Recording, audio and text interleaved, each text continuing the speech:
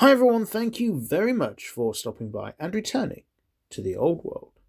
Warhammer.com have released some updated figures looking at how the meta's sitting when it comes to Warhammer the Old World. And they've looked at GTs, which are either 2-day events or have at least 6 rounds, in order to provide this information. Now, that does exclude quite a lot of the tournaments which have taken place in the last 6 to 8 months, but it does helpfully exclude the smaller events which could act as a little bit of a skew. You're only really going to see true numbers at these larger events, which will also, of course, attract probably a number of the better quality of player, the people who are doing better in the competitive scene. So without further ado, let's have a bit of a look at what we're seeing. Looking at the chart in front of you, one thing that does immediately stand out is there are a few factions which have played an awful lot less than others. For example, the Errantry Crusade Force for the Kingdom of Bretonnia has only seen 19 GT games. The City-State of Nuln has only seen 6, and that makes sense. So the City-State of Nuln, that Empire force, it's only been around since January. So it's not really had long enough to get a load of traction. But of course, alternatively, you could say it's not seen that many games because it has some fundamental weaknesses. And we touched on some of these when I talked about the City-State of Nuln Army of Infamy in a previous video. So I think the big first question here is, are there any major surprises? And at a quick glance, I would suggest the answer to that is probably a big fat no. We're seeing an awful lot of Bretonnia making up the top forces. In fact, of the top 4, 3 of those armies are different ways of playing the Kingdom of Bretonnia. Everyone, I think, is familiar with the idea that the Pegasus Knight is one of the strongest units in the game, and this rather gives an element of proof to that. The Errantry Crusade, although one of those that's only seen 19 GT games, has a 74% win rate. Bretonnian Exiles come in with 62%, and the Grand Army comes in at 59%. So all in all, I think we're looking at an army that is simply doing a little bit too well and could probably do with toning down by Games Workshop. And whilst I don't want to get into really the world of Warhammer 40,000, where the game changes every single week, I do think it would be appropriate for Games Workshop to start to think about bringing a bit of balance to the game. What is the other army in the top 4? Well, it's the Chaos Dwarves. I've not really seen any Chaos Dwarves to me locally, so I've not had a chance to see what they look like or how they play. So interesting perhaps to see them breaking into that top 4. Other armies of note we're seeing in that bracket of armies outside of the 45 to 55% win rate that Games Workshop is so keen on seeing when it comes to its tournament games like Warhammer 40,000 and Age of Sigmar. We've got the Vampire Count Grand Army. Presumably that is heavily down to the Scream list. Now, I know some people out there will say it's fairly straightforward to deal with. You just refuse to engage with that force.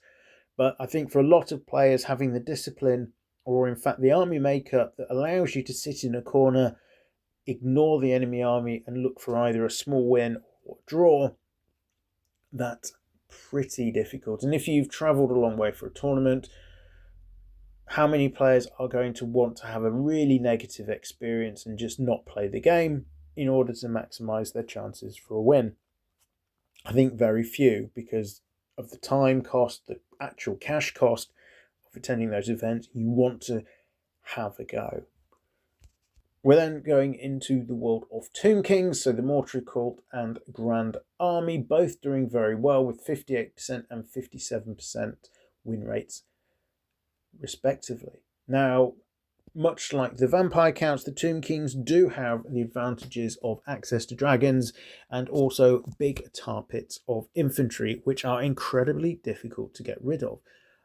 Infantry obviously really quite weak generally when it comes to Warhammer the Old World, with a few exceptions. And I think blocks of infantry which are unbreakable and which can be resurrected to just be a massive nuisance, they are pretty useful to have.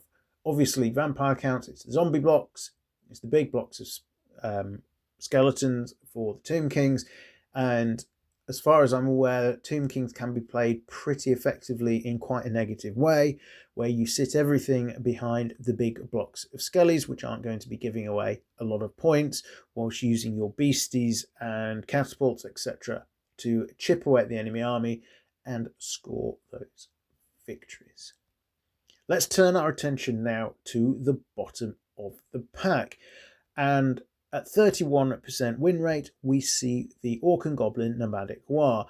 I'm not surprised to see this down at the bottom, to be honest, when your core is going to be made up of things like Goblin Wolf Riders, which are pretty weak and really lacking the hard-hitting, useful cavalry en masse that some of the other factions have for their more mobile lists. Yeah, I don't really think that it's a surprise that Nomadic War is down there. Then at 33%, we've got the City-State of Nuln. We've just commented on that, so I won't address that any further. Wolves of the Sea come in at 35%. They've only seen 51 games played. That's not an awful lot.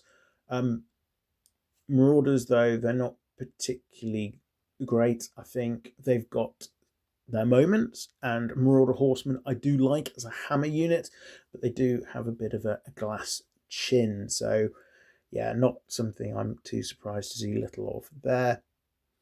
Troll Hordes coming in at 33%. Then we have Skaven at 38%, Lizardmen at 38%. If anything, that's perhaps even better than I thought they'd be. They're both renowned as being a bit weak. Ogre Kingdoms at 39%, so really seeing that those legendary armies, they're not, generally speaking, standing the test of the competitive battlefield. And then we get back into the core armies that have been floating around for quite a while.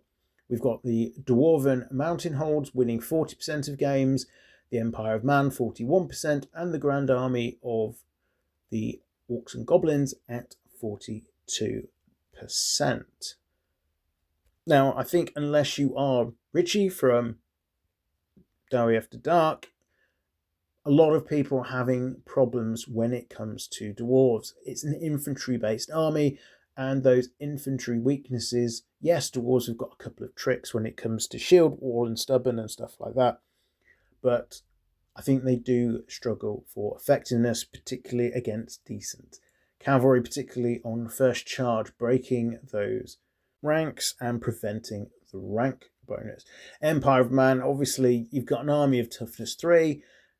The hard-hitting units that you perhaps would have had in 8th edition Warhammer Fantasy Battles, the Knights, they're not as effective anymore because they've only got a maximum of 3-up armor save, unless you're an Inner Circle Knight, which has a 2-up, as opposed to the old days of a 2-up, 1-up save. So they're not quite as durable anymore. And what we are, of course, seeing from the more recent FAQ about artillery, cannons not being able to shoot over hills anymore, whilst entirely realistic, does take away some of their core strength. So there's a lot of armies here that we're seeing that fall outside of that 45% to 55% win rate. In fact, 18 armies are falling outside of that bracket with only 9 within, meaning it does point to the game being, unfortunately, rather unbalanced. One thing I would note that I do find quite interesting is when it comes to the Empire, the forces of the Knightly Orders doesn't even get a mention, so it looks like they're not even making the tabletop. So that really does suggest that players are looking at these and saying the Knights with the new rules are simply overpriced. At least that's the inference that I'm drawing from this information. Now, I appreciate, obviously, the competitive game isn't for everyone, and this is only a snapshot of the information that is out there, and it is very much tailored to that ultra-competitive environment. But let me know, does this match what you're seeing in your local meta? Is it reflective of what's going on, or is it just a very narrowed down view that actually takes away from reality? Let me know what your thoughts are down in the comments below. All that remains for me to say, as always, is thank you very much for listening. If you've enjoyed this video and others like it, do consider a like and subscribing to the channel if you've not already done so. It's a great way of supporting a small channel such as this one and keeps you top of when videos are released. Once again, thank you very much for listening. I am Return to the Old World. Have a great day.